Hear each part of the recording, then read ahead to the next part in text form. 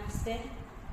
ఉష్ట్రాసనం నుంచి చక్రాసనంలోకి ఎలా వెళ్ళాలో ట్రై చేద్దాం. అడ్వాన్స్ ఆసనం.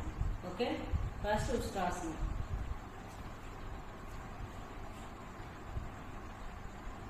గాలి పీల్చుకుంటూ హ్యాండ్ పైకి ఎత్తి పాదం పైకి, ఇంకో హ్యాండ్ కూడా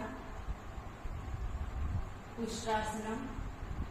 ఉష్ట్రాసనం నుంచి ఇప్పుడు చక్రాసనానికి. హ్యాండ్ కి position change.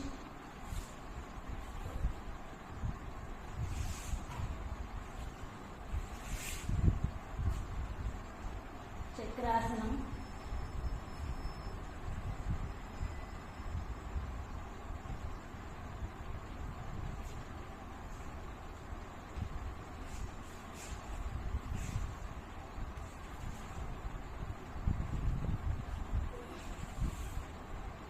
Come back to Ustrasana.